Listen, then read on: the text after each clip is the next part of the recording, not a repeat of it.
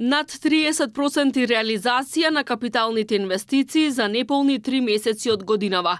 Премиерот задоволен од динамиката со која се градат патишта, училишта, болници, капитални објекти. Најдобра реализација од 50% или половина од планираното за цела година до крајот на март има Министерството за транспорт, вели Мицкоски. Тој смета дека изградбата на автопатот Кичево-Охрид се одвива според планираното и ќе заврши во предвидениот рок до јуни следната година. Досега во сообраќај се пуштени околу 40 километри од автопатот, вклучувајќи ги потезите од Врбјани до Ботун и од Климештани до Охрид. Дополнителни речиси 200 милиони евра јавното претпријатие за државни патишта ќе ги обезбеди со заем од домашните банки.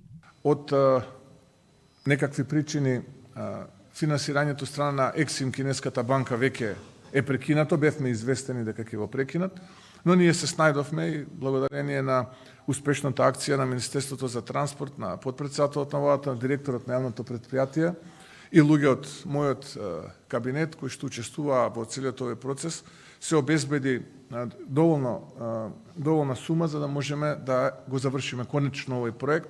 Интензивно се градат и автопатските делници долж коридорите 8 и 10Д. За четвртата делница од Требениште до Ќафасан, што треба да ја гради конзорциумот Бехтел Јенка, премиерот вели дека најверојатно нема да биде дел од плановите, бидејќи влегува во заштитениот дел од Охридското езеро под УНЕСКО, но ветува дека ќе има солидно поврзување до албанската граница. Се бара начин како тоа све да се заокружи и таа целина, затоа што влегува во периметарот на УНЕСКО и тука ќе најдеме начин како повторно да имаме безбеден сообраќај помеѓу тие две отсечки и мислам дека тоа ќе го направиме. Така што во овој момент најверојатно не е се уште донесена конечна одлука, уште се преговара, уште се разговара, но најверојатно тука ќе треба да имаме некакви измени.